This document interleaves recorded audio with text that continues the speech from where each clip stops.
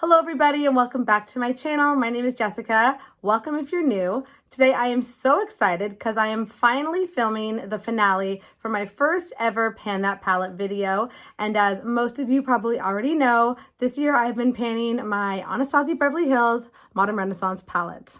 I know. It's so original, but I was panning this along with a few other creators this year, and it's been so fun to track my progress along with everyone else's progress and just to focus on one palette for the year and see how much of it I could get used up. My goal was never to complete this palette fully, but I was able to make a ton of progress this year, and it's been a really fun process to go through for the very first time. So I'm excited to share with you how far I was able to get, and also very excited to move on from this palette and start panning a new one for 2023 because I did enjoy it so much. I want to do this again and share my progress on a new palette or palettes, I don't know, maybe, coming up for all of you in the coming year. So if you're interested in checking out my finale and seeing what I get into in the coming year, definitely subscribe to my channel so you don't miss out on any of my project pans. Let's go ahead and get into this finale because I just cannot wait any longer. Here's what the palette was looking like last month. I had a few goals remaining for the end of the year that I was hoping to hit. I had a usage goal for every single shade. I'd been doing this for the past several months. I was hoping to use each shade at least 5 times. I really wanted to finish Raw Sienna as well as Buon Fresco and focus on Cypress Umber as much as I could. So after one last month of dedicated use, here's what my palette's looking like today. And you can see quickly that I did in fact finish Raw Sienna. I also just today finished Buon Fresco.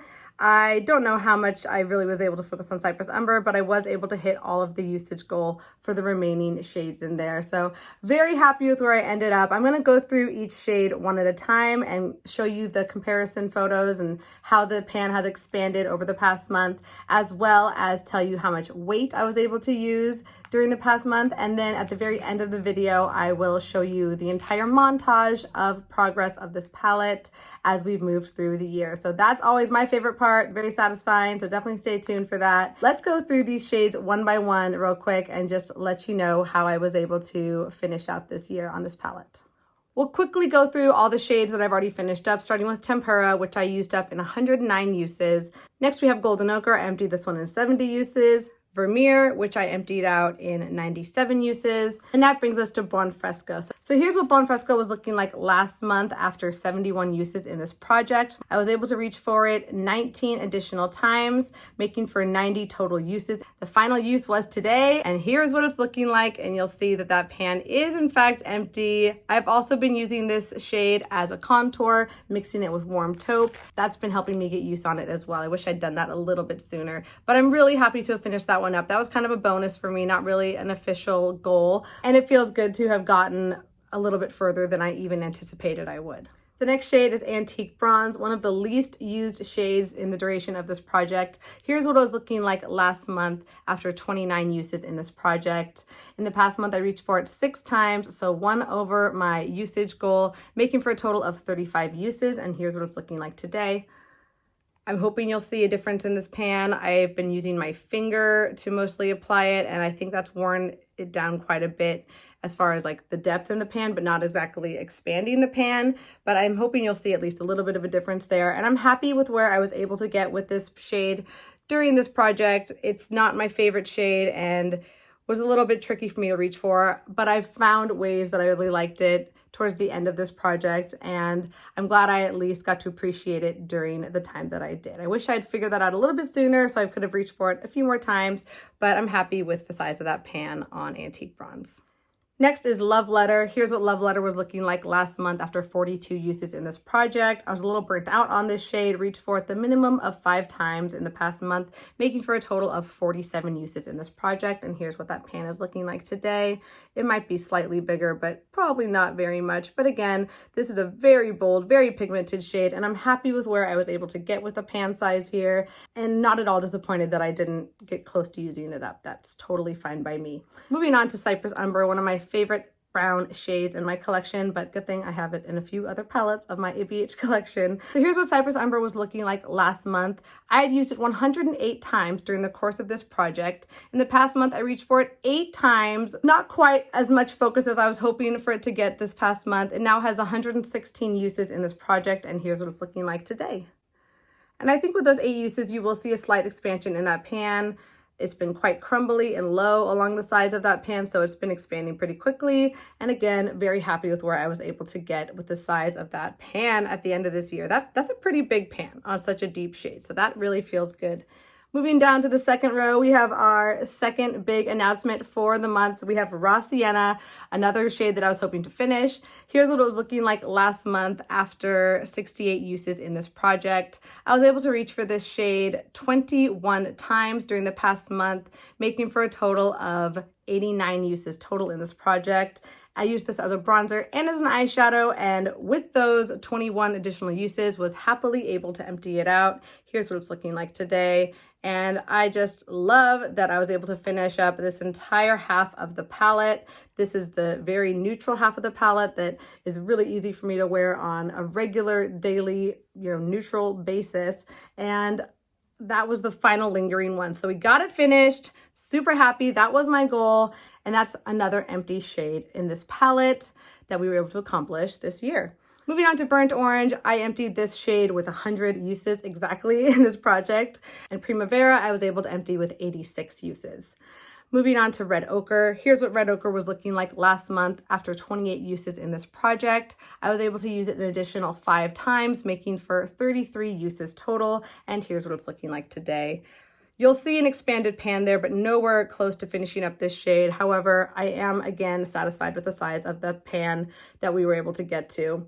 And same story for Venetian Red. Here's what that was looking like last month after 35 uses in this project. I also reached for this one 5 times, that minimum usage for the month, making for a total of 40 uses in this project. And here is where that final pan size ended up. And again, very pigmented shade, very bold shade. Not the easiest shade to use on a daily basis. So for a pan that size, I'm satisfied with that. Next, we have Warm Taupe. Wow, I used this shade so many times in this project and I barely feel like I have anything to show for it. So here is what Warm Taupe was looking like last month after 106 uses in this project. I was able to reach for this shade 22 times in the past month, making for 128 uses in this project. And here's what it's looking like today.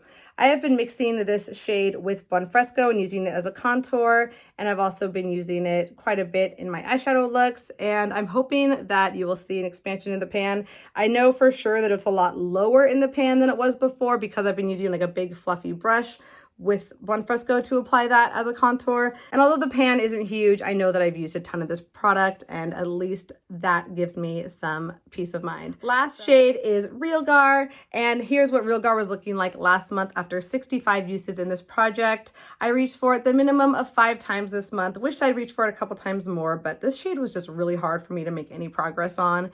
After 70 uses in the project, here's what it's looking like today. And again, that pan has not expanded in the way that I would hope to see, but in the scheme of things, at least we were able to get some good use on it. It's the smallest pan I have, and that doesn't surprise me because as much as I love this shade, it is so pigmented, and I use just the smallest amount when I reach for it. And I use as much as I can. I think 70 uses in a year is nothing to wag your finger at, right? Last month, this palette was weighing 181.62 grams. This month, it's weighing 181.07. So in the past month, I used 0.55 grams of product. When I first started weighing this palette, it was in April of this year, so not at the beginning of my project, which is unfortunate, but my first weight in April was 184.64 grams. Again, today it's 181.07. So in the course of April through December, I've used 3.57 grams of product out of this palette. And there you have it. That is my finale for my Pan That palette. Definitely stay tuned to the end so you can see the progression of all of my progress from start to finish. And even though I didn't finish up this entire palette, that was never my goal, and I at least used half of it, more than half with how much progress I have on the other side of the palette, and that's more than I would have used otherwise. So after being in my collection for, I think it's been now 7 years, I want to say 6 or 7 years, this palette has gotten a ton of use and is ready to be decluttered from my collections. Goodbye, Modern Renaissance. It's been great. We had a lot of fun times together. You know, I've really, really loved you so much, and I'll always have a special place for you in my heart, but it's time for me to move on. I've changed, you've changed, the makeup world has changed, and it's time for us to part ways. But I will always appreciate and treasure our time together. And this first year of Pan That Palette has just been such a fun journey. I hope you all enjoyed coming along with me. It was definitely a challenge. I was feeling a little bit burnt out by the end of the year, probably by the fall for sure. But I love that I pushed through and kept reaching for this and kept finding new ways to use these shadows and kept setting goals for myself and just stayed motivated through the end of the year. I'm really excited to do this again with you in 2023. Again, make sure you're subscribed so you don't miss my introduction coming up for my new Pan That Palette. Thank you so much again for watching this video today. If you liked it, definitely give it a thumbs up and let the YouTube algorithm know. Leave a comment down below and let me know how your panning went in 2022 or what you are up to in 2023. If you have a video about it, chances are I probably already watched it. I love all of these panning videos coming around at the end of the beginning of the year. It's such an exciting time. I hope you're doing really well, enjoying your new year and taking care of yourself. And I can't wait to see you in my next video. Bye.